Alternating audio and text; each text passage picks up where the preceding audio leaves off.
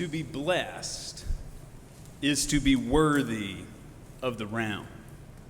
I cannot say that sentence emphatically enough.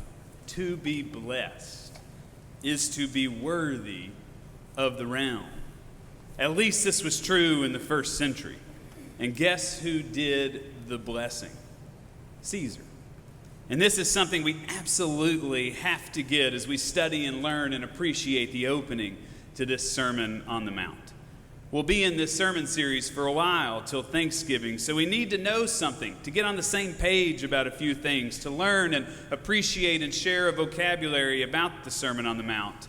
And these 9 Beatitudes, first off, are beyond compare.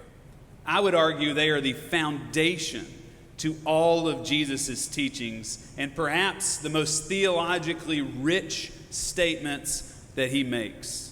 I would say it's his magnum opus. Now, I can't know this for sure, but all the other times when the Gospels make statements like, and Jesus was teaching them, or it says, and he went around teaching and healing, I believe this is what he was teaching. Luke has an almost identical sermon that we call the Sermon on the Plains. He's on the Mount in Matthew, he's in the Plains in Luke.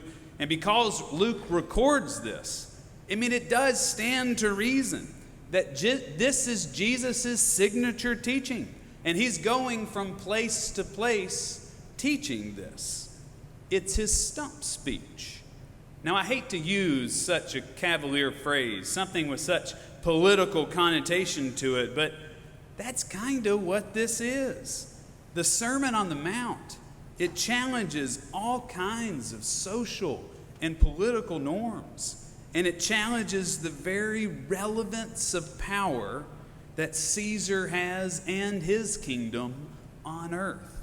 And Jesus manages to do something so grand peaceably, but with a swift ridicule also to love.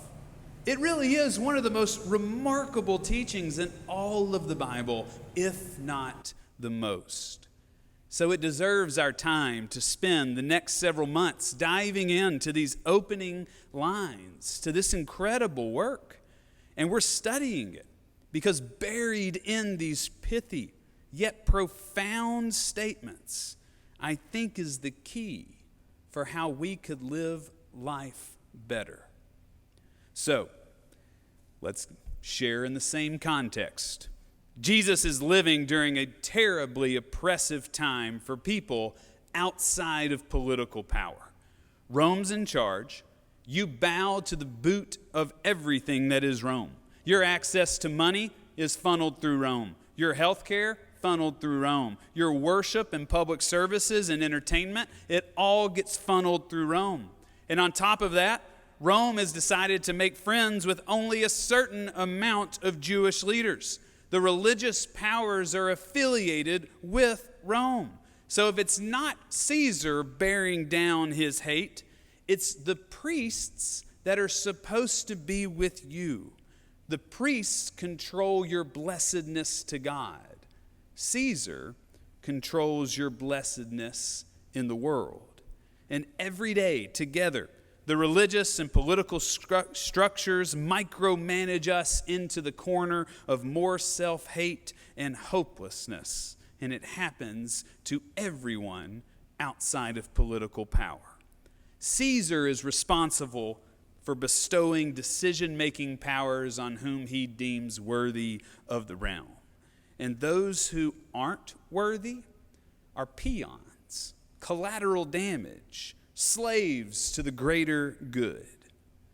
It is in this context that Jesus speaks. Blessed are the poor in spirit, for theirs is the kingdom of heaven. What an opening line. In Matthew's gospel, the thing that Jesus seems to be most concerned about is inaugurating a new realm of God, or the kingdom of heaven. Each of the 4 Gospels seem to have a different focus, and this one is Matthew's. He is very concerned that Jesus ushers in a new kingdom on top of Caesar's. So much so, Matthew spends a great deal of time, a lot of the gospel real estate is given to identifying two realms. The first one is here on earth. It's dark and it's sinful, but it's also lush and fabulous for those who are worthy enough to experience it.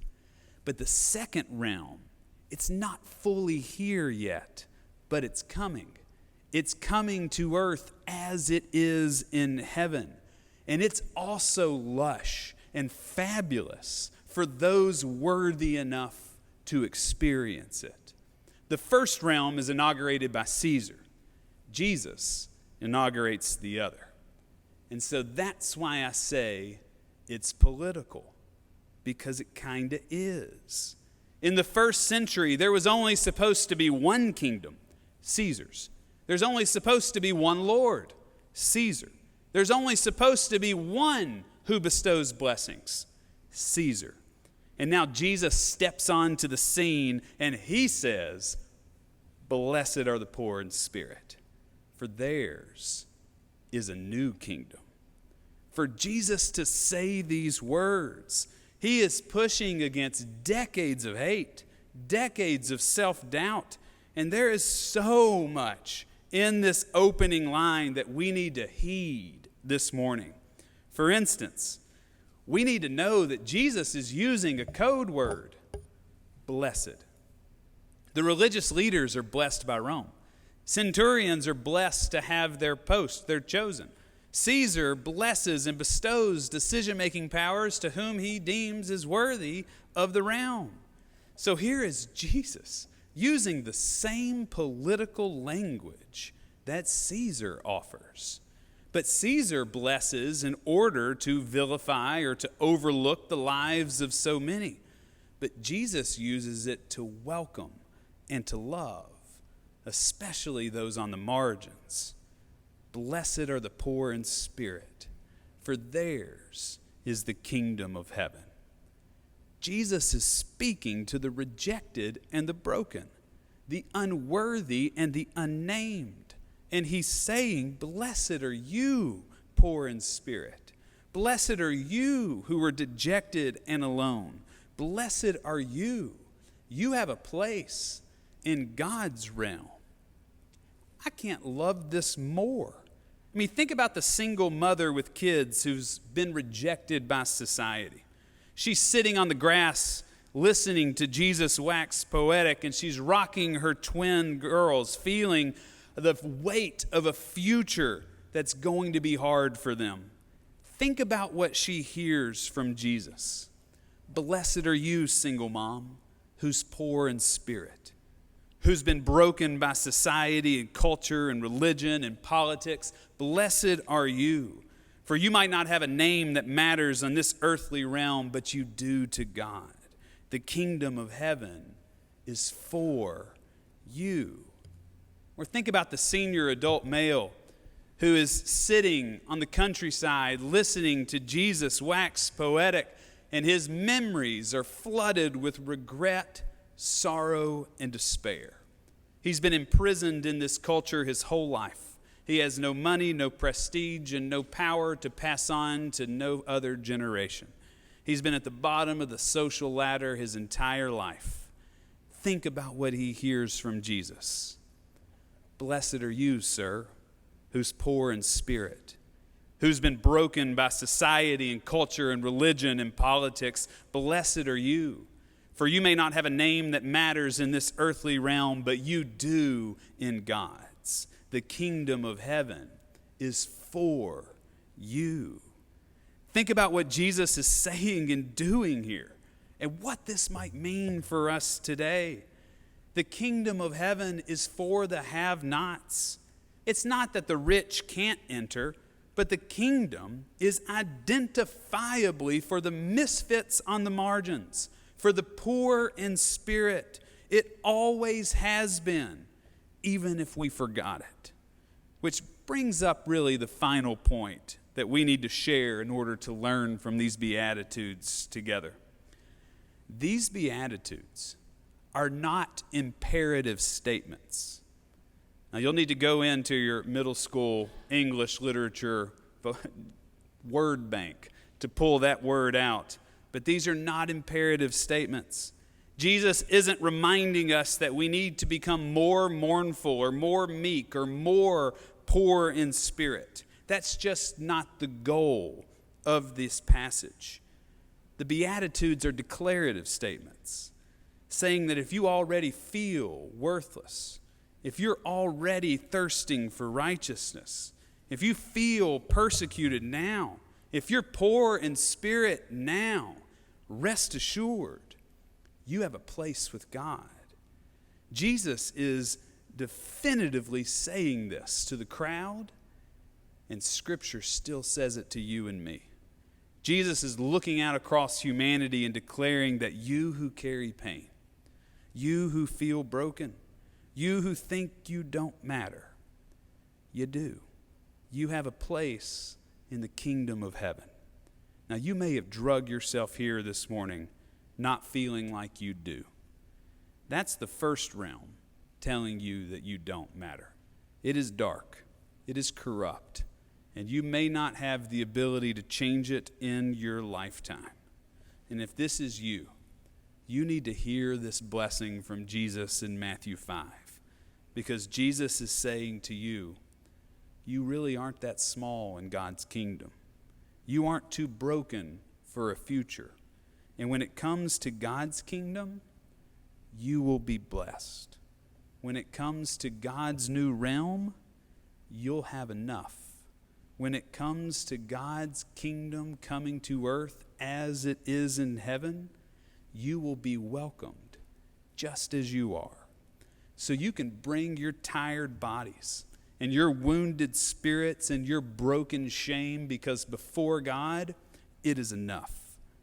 It is in these simple and profound lines of the Beatitude that make me see clearly what our role as a church ought to be.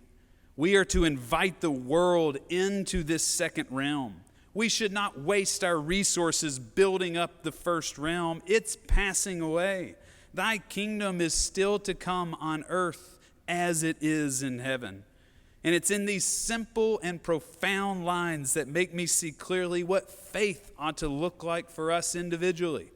Faith is believing, even though we might not be blessed by Caesar, we are by God.